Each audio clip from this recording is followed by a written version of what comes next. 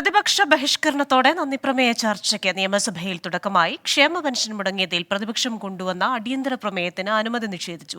വളയത്ത് Joseph ആത്മഹത്യ ചെയ്തത് ക്ഷേമ പെൻഷൻ ലഭിക്കാത്തതുകൊണ്ടല്ലെന്ന് ധനമന്ത്രി നിയമസഭയിൽ പറഞ്ഞു. ക്ഷേമ പെൻഷൻ തുക ഉയർത്തുമെന്നും കെ എൻ ബാലഗോപാൽ.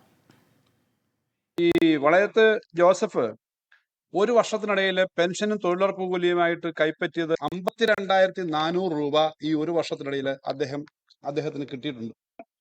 ഓസിന്റെ റിപ്പോർട്ടിൽ പറയുന്നത് ഞാൻ ആത്മഹത്യ ചെയ്ത സ്ഥലത്തിന് സമീപത്തു നിന്നും ലഭിച്ച ഗുളിക ഇടുന്ന കവറിന് പുറത്ത് എഴുതിയിരുന്ന കുറിപ്പിന്റെ ആധികാരികത സംബന്ധിച്ച് അന്വേഷണം പ്രത്യേകം വരുന്നുണ്ടെന്നാണ്. സാർ, ഇത്രയും വിവാദം ഉണ്ടാക്കിയ പത്രം സാർ ഒരു മനുഷ്യൻ ആത്മഹത്യ ചെയ്ത കാര്യത്തെ തെറ്റായിട്ട് കേരളത്തെയും ഇന്ത്യയിലാകെയും പ്രചരിപ്പിക്കാൻ ശ്രമിക്കുന്ന ഒരു കാര്യമായിട്ട് ഞാൻ പറയുകയാണ് സാർ. എന്നിട്ട് സർക്കാരിനെ കടന്നാക്രമിച്ച പ്രതിപക്ഷം ജോസഫിന്റെ ആത്മഹത്യയിൽ ധനമന്ത്രിയുടെ വാദങ്ങൾ തള്ളി. എന്ത് തെളിവിന്റെ അടിസ്ഥാനത്തിലാണ് നിയമസഭയിൽ ധനമന്ത്രി സംസാരിച്ചതെന്ന് പ്രതിപക്ഷ നേതാവ് ചോദിച്ചു. ധൂർത്തും ആർഭാടവുമാണ് സർക്കാരിന്റെ മുൻഗണനാ വിഷയങ്ങളെന്ന് വി ഡി സതീശൻ കുറ്റപ്പെടുത്തി. പ്രതിപക്ഷ നിരയിൽ PC വിഷ്ണുനാഥാണ് സഭയിൽ വിഷയമുന്നയിച്ചത്. നിങ്ങളുടെ പ്രയോറിറ്റി ലക്ഷക്കണക്കിന് വരുന്ന മരുന്ന് മേടിക്കാൻ പണമില്ലാത്ത, ഒരു നേരത്തെ ഭക്ഷണത്തിന് നിവർത്തിയില്ലാത്ത ഈ പാവങ്ങൾക്ക് പെൻഷൻ കൊടുക്കുന്നതായിരിക്കണം. അത് തയ്യാറാണോ? അതാകുമോ നിങ്ങളുടെ പ്രയോറിറ്റി? അതാകണം സാർ. ഇത് 50 ലക്ഷം പേര് ബാധിക്കുന്ന വിഷയമാണ്. 50 ലക്ഷം പേര് സാർ. ഒരു വിട്ടുവീഴ്ചയില്ല. നിങ്ങൾ കൊടുത്തേ മതിയാവൂ.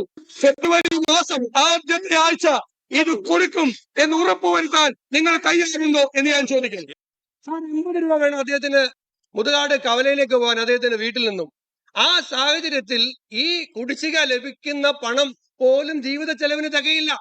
ആ കുടിശ്ശിക പൂർണ്ണമായും കിട്ടാത്ത സാഹചര്യത്തിൽ ജീവിതം വഴിമുട്ടിയപ്പോൾ അദ്ദേഹം ആത്മഹത്യ ചെയ്തു എന്ന് മാത്രമല്ല, ഈ നോട്ടീസ് കൊടുത്തല്ല സാർ, അദ്ദേഹം മരിച്ചു കിടക്കുമ്പോൾ സമീപത്തുണ്ടായിരുന്ന ഒരു മരുന്നിന്റെ ബോക്സിന്റെ പുറത്ത് ഈ പണം ലഭിക്കാത്തത് കൊണ്ട് ഞാൻ ആത്മഹത്യ ചെയ്യുന്നു, ഇതിന് സർക്കാരാണ് ഉത്തരവാദി എന്ന് എഴുതി വെച്ചിട്ട് ആത്മഹത്യ ചെയ്താൽ ഈ ആത്മഹത്യക്ക് പിന്നെ സർക്കാരല്ലാതെ, കേരള സർക്കാരല്ലാതെ തമിഴ്നാട് സർക്കാർ പ്രതിയാകുമോ സാർ? വിവരങ്ങളുമായി MG പ്രതീഷാണ് ചേരുന്നത് തിരുവനന്തപുരത്ത് നിന്നും. പ്രതീഷ്, ബജറ്റ് വരാനിരിക്കുന്നു. ക്ഷേമ പെൻഷൻ തുക ഉയർത്തിയെന്ന പ്രഖ്യാപനം ധനമന്ത്രിയുടെ ഭാഗത്തു നിന്നുണ്ടാകുന്നു. ക്ഷേമ പെൻഷനുമായി ബന്ധപ്പെട്ട് പ്രതിപക്ഷവും ധനമന്ത്രിയും തമ്മിൽ രൂക്ഷമായ വാദപ്രതിവാദങ്ങൾ ഉണ്ടാകുന്നു. ഇരുപക്ഷവും അങ്ങോട്ടും ഇങ്ങോട്ടും ചോദ്യങ്ങൾ ചോദിക്കുന്നു. എങ്ങനെയാണ് ഈ സംഭവങ്ങൾ അവിടെ അരങ്ങേറിയത്? ക്രിസ്റ്റീന, നയപ്രഖ്യാപനത്തിന്മേലുള്ള നന്ദിപ്രമേയ ചർച്ചയുടെ ആദ്യ ദിവസം തന്നെ പ്രതിപക്ഷ ബഹളത്തോടെയാണ് സഭ ആരംഭിച്ചത്.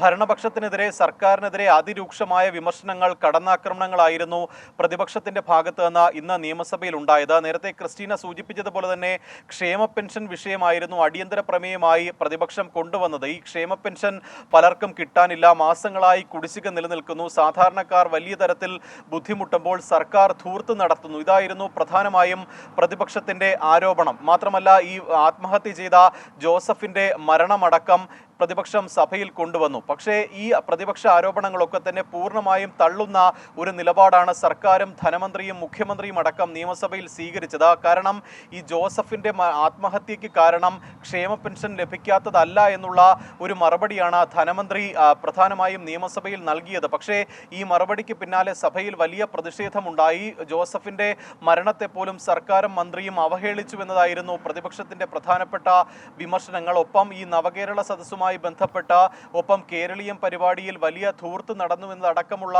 ആരോപണങ്ങളും പ്രതിപക്ഷം സഭയിൽ കൊണ്ടുവന്നു. മാത്രമല്ല, ഉമ്മൻചാണ്ടി സർക്കാരിന്റെ കാലത്ത് 18 മാസത്തെ കുടിശ്ശിക ഉണ്ടായിരുന്നു എന്നതാണ് സർക്കാർ പ്രതിപക്ഷത്തിന്റെ ആരോപണങ്ങൾക്ക് ബദലായി ഉന്നയിച്ച വാദങ്ങൾ. പക്ഷേ ഈ വാദങ്ങൾ പ്രതിപക്ഷം തള്ളി. 3 മാസത്തെ കുടിശ്ശിക മാത്രമായിരുന്നു ഉമ്മൻചാണ്ടി സർക്കാരിന്റെ കാലത്ത് കൊടുക്കാനുണ്ടായിരുന്നത്. അത് സാങ്കേതികപരമായി മാത്രം കൊടുക്കാൻ കഴിയാതിരുന്നതാണ്. പക്ഷേ സർക്കാർ അല്ലെങ്കിൽ ധനമന്ത്രി നിയമസഭയെ തെറ്റിദ്ധരിപ്പിച്ചു. ഇതിനെതിരെ അവകാശ ലംഘനത്തിനടക്കം നോട്ടീസ് നൽകുന്ന കാര്യവും പ്രതിപക്ഷം ആലോചിക്കുന്നുണ്ട്. വരും ദിവസങ്ങളിലും കൂടുതൽ പ്രതിഷേധത്തിലേക്കും പോരാട്ടങ്ങളിലേക്കും പോകുമെന്ന ഒരു സൂചന തന്നെയാണ് പ്രതിപക്ഷ നേതാവ് നൽകുന്നത്. അതേസമയം പ്രതിപക്ഷത്തിന്റെ ആരോപണങ്ങളെ അതേ നിലയിൽ അല്ലെങ്കിൽ അതേ രീതിയിൽ തന്നെ തിരിച്ചടിക്കുക എന്നുള്ള സമീപനം എന്ന നിലപാട് തന്നെയാണ് സർക്കാരും മന്ത്രിമാരും നിയമസഭയിൽ സ്വീകരിച്ചിരിക്കുന്നത്. മാത്രമല്ല, ഈ നിയമസഭാ സമ്മേളനം വെട്ടിച്ചുരുക്കിയിട്ടുണ്ട്.